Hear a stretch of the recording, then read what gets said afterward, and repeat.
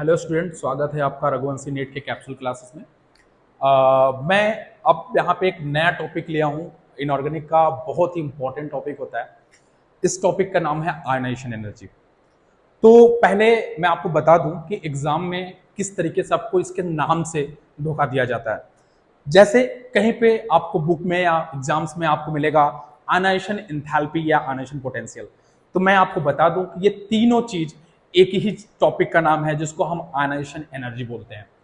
हम पोटेंशियल, जैसा कि हम जानते हैं कि पोटेंशियल भी एक एनर्जी का फॉर्म होता है, जो हम पोटेंशियल एनर्जी में फिजिक्स में ज्यादा अच्छे से पढ़ते हैं एंड केमिस्ट्री में, थर्मोडायनेमिक्स में। तो पोटेंशियल टर्मिनोलॉजी हमारा एनर्जी से ही रिलेट करता है और enthalpy is also related with the energy. इस वजह से हम इसको चाहे आयनाइजेशन एनर्जी बोले, चाहे आयनाइजेशन पोटेंशियल बोले, चाहे आयनाइजेशन एंथैल्पी बोले, सेम चीज होती है। ठीक है, जिसके नाम में आपको कंफ्यूजन नहीं होता है। तो पहले मैं इस पे आपको बताना चाहता हूं कि what is the ionization energy. क्यों मैं आपको व्हाट इज द क्यों बताना चाहता हूं? क्योंकि मैक्सिमम बच्चे गलती करते हैं, इसके डिफिनेशन पे कभी ध्यान नहीं देते। ठीक है, हमारा मैक्सिमम क्वेश्चन का जो आंसर होता है इसके डिफिनेशन में ही छुपा होता है। तो इसका जो डिफिनेशन होता है, जैसा कि आप लोग देख सकते हैं, मैं अपने लैंग्वेज में as a ionization energy, ionization potential, enthalpy का डिफिनेशन लिखा हूं। ये मेरा लैंग्वेज है। बुक में शायद आपको कुछ अच्छे लैंग्वेज और अच्छे तरीकों से मिल सकते हैं। तो अगर आयनाइजेशन एनर्जी की बात करें तो ionization energy defined as the minimum energy. हम हर एक यहां पे मतलब समझेंगे हर एक वर्ड का। क्यों? क्योंकि वर्ड से हमारी प्रॉब्लम क्रिएट होगी। The minimum energy required to remove one electron from outer shell, जिसको हम वैलेंस सेल भी बोलते हैं, of neutral gaseous isolated atom. जब तक याद रखना कोई एटम न्यूट्रल ना हो, गैसियस ना हो और आइसोलेटेड ना हो, तो उसके कंडीशन में हम आयनाइजेशन एनर्जी को सही तरीके से डिफाइन नहीं कर सकते। इस वजह से एक स्टैंडर्ड डिफिनेशन अगर इसको हम माने तो ये एटम जो तीन प्रॉपर्टी है, न्यूट्रल, गैसियस, आइसोलेटेड, ये होना चाहिए। ठीक है, तो मैं पहले बात करता हूं व्हाट इज द मिनिमम। देखो, अगर आप एज्यूम करो कि एक एटम है, सी एज्यूम्शन करो कि ये एक एटम है। ठीक है, this is the one atom और ये एटम का outer most, this is the outer most shell. अच्छा, ये आउटर मोस्ट सेल है, इसी को तो हम वैलेंस सेल बोलते हैं। ठीक है, क्लियर है? तो इसी को वैलेंस सेल बोलते हैं और इसी वैलेंस सेल में हमारा एक इलेक्ट्रॉन प्रेजेंट होगा।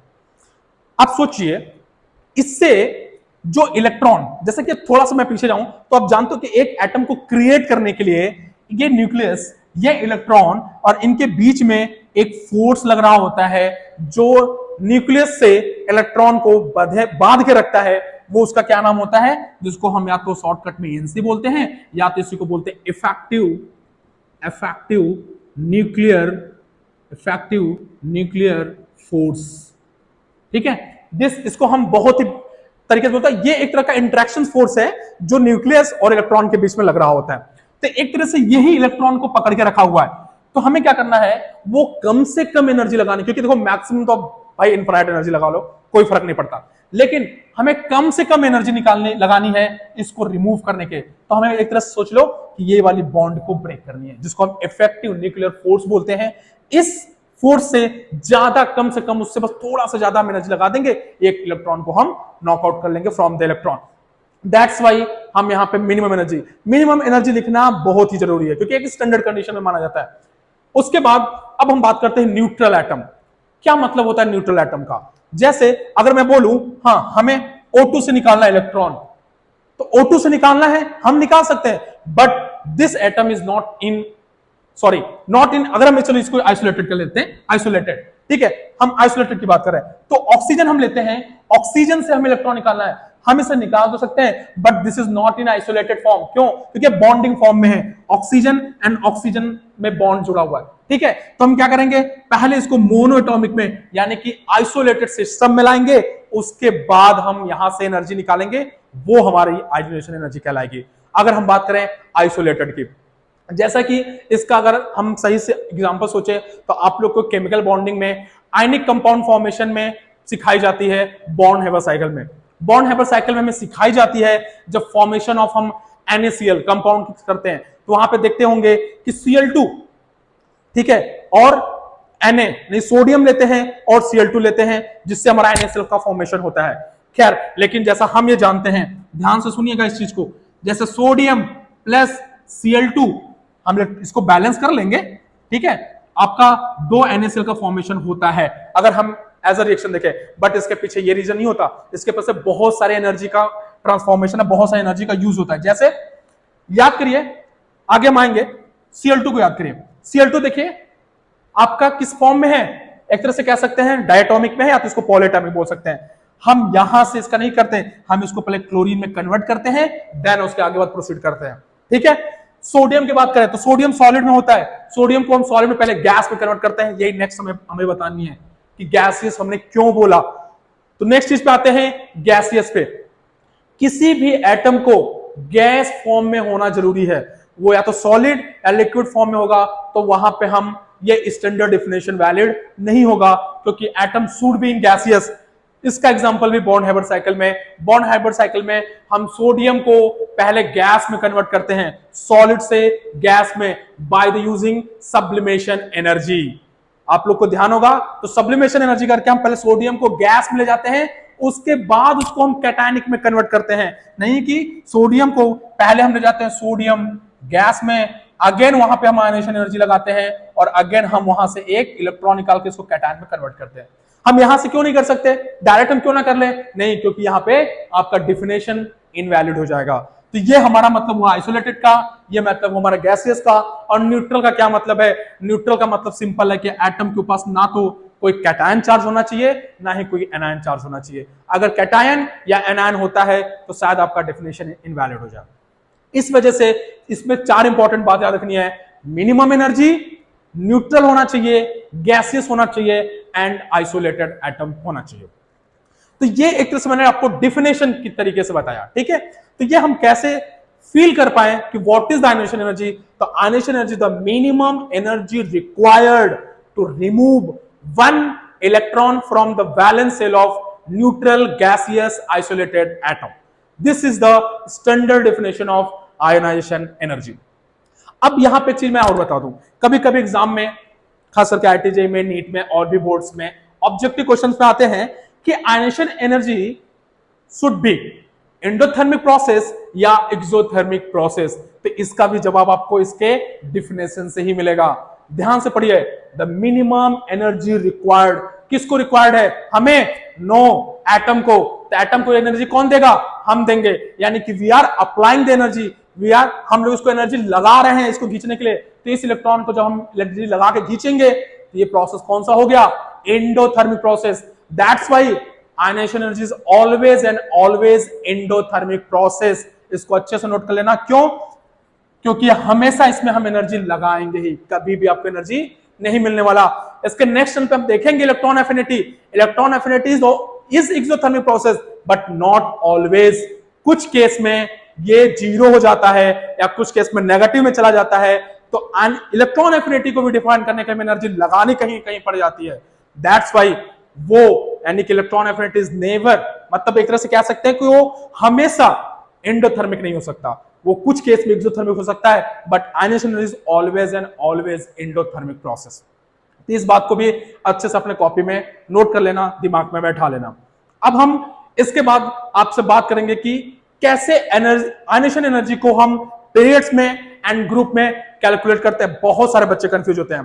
तो उससे पहले मैं एक छोटा सा चीज भी आप लोग को बता दूं कि जो आयनाइजेशन एनर्जी का क्वेश्चंस होते हैं, वो आयनाइजेशन एनर्जी के साथ साथ एक टर्मिनोलॉजी और यूज होती है कि what is the first ionization energy, second ionization energy and third ionization energy. खास करके बोर्ड का ये बहुत ही स्पेशल क्वेश्चन है और लगभग सारे बोर्ड पे, खास करके 11th में आप पूछा जाता है। तो अगर हम बात करें first ionization energy, second ionization energy, third ionization energy का, तो ध्यान से सुनना। एग्जाम्पल के तौर पे अगर हम बात करें, जैसे हमने कार्बन ले लिया, कार्बन को पहले हम गैस में कन्वर्ट कर लेंगे, वो आइसोलेटेड में होना चाहिए और न्यूट्रल होना चाहिए, ठीक है। देखो, अब जैसे ही हम यहां से फर्स्ट इलेक्ट्रॉन निकालते हैं, किसी भी एटम, हमने कार्बन लिया, कोई भी एटम ले सकते हो, किसी भी एटम से जब हम फर्स्ट इलेक्ट्रॉन रिमूव करते हैं तो उस टाइम पे जो एनर्जी यूज होती है, लगती है, उसी को हम बोलते हैं फर्स्ट आयनाइजेशन एनर्जी। फिर जैसे ये इससे एक इलेक्ट्रॉन हम निकाल लेंगे, हमें मिलेगा कार्बोकैटायन। अब इस कार्बोकैटायन से हम जब सेकेंड एनर्जी निकालेंगे, मतलब सेकेंड इलेक्ट्रॉन निकाल रहे होंगे, तो इस टाइम पे जो यूज होगा that is the second ionization energy. ठीक है, वैसे ही जब हम थर्ड निकालेंगे C2+, यहां पे C2+ मिलेगा आपको, C2+ से जब निकालेंगे तो this is the third ionization energy. मतलब एक ही एटम से जब आपने पहले इलेक्ट्रॉन निकाला फर्स्ट आयनाइजेशन एनर्जी, सेकंड निकाला सेकंड आयनाइजेशन एनर्जी, थर्ड निकाला एंड थर्ड आयनाइजेशन एनर्जी। आपको समझ में आ गया हो गया? तो मेरा सिंपल सा एक क्वेश्चन आप अपने दिमाग में सोचिए कि अगर मैं पूछूं कि आपको मान एग्जाम में आ गया कि व्हाट विल बी एनर्जी का ऑर्डर, मतलब आपका फर्स्ट आयनाइजेशन एनर्जी में, सेकंड आयनाइजेशन एनर्जी में और थर्ड आयनाइजेशन एनर्जी में एनर्जी का ऑर्डर क्या होगा? ध्यान से दिमाग लगाकर सोचना कि आपको first, second and third ionization energy में क्या रिलेशन होना चाहिए। थर्ड ज्यादा या सेकंड ज्यादा, फिर फर्स्ट या फिर फर्स्ट ज्यादा, फिर सेकंड, फिर थर्ड। थोड़ा सा दिमाग लगाकर सोचो तो आपको शायद इसका आंसर मिल जाएगा। और आपको बहुत, यहीं पे आपका आंसर लिखा हुआ है, दिमाग लगाकर सोचना। तो मैं, आपने सोचा होगा, अब मैं बताता हूं कि कैसे हम इसका ऑर्डर निकालते हैं। तो सिंपल इसी आइटम को देखो, मान लो कि इसमें आप इलेक्ट्रॉन कुछ इस तरीके से हमने फिल किया हुआ, कुछ इस तरीके से इलेक्ट्रॉन, 3 इलेक्ट्रॉन मान एज्यूम करके चलते हैं, 3 इलेक्ट्रॉन है यहाँ पे। अब हम यहाँ पे फर्स्ट इलेक्ट्रॉन निकाल रहे हैं, तो आप सोचो कि यहाँ पे फर्स्ट इलेक्ट्रॉन निकालने में तो कुछ तो एनर्जी लगी होगी, मान लीजिए एक्स, आपका एनर्जी लगी। अब ये इलेक्ट्रॉन आपका जा चुका है, मतलब ये इलेक्ट्रॉन अब है ही नहीं। अब आप कहां से निकाल रहे हो? यहां से। ये जरूरी नहीं कि सेल चेंज हो जाए, बट हम एज्यूम करके चल रहे हैं कि मान लो सेल चेंज हो गया। सेल जैसे चेंज होगा तो आप सोचो यहां पे इफेक्टिव न्यूक्लियर फोर्स तो बहुत ही इफेक्टिव लग रहा होगा, बहुत स्ट्रांग लग रहा होगा। तो इस इलेक्ट्रॉन को निकालने के लिए हमें और ज्यादा एनर्जी लगानी पड़ेगी। That means that is the second ionization energy. यहां पे हमें आयनाइजेशन एनर्जी और भी ज्यादा एनर्जी लगानी पड़ेगी। इसका मतलब जो आपका फर्स्ट आयनाइजेशन एनर्जी होगा वो कम होगा सेकेंड से, वो कम होगा सेकेंड से, और थर्ड वाला तो बहुत ही ज्यादा आपको एनर्जी लगानी पड़ेगी। That's why third ionization energy भी ज्यादा है।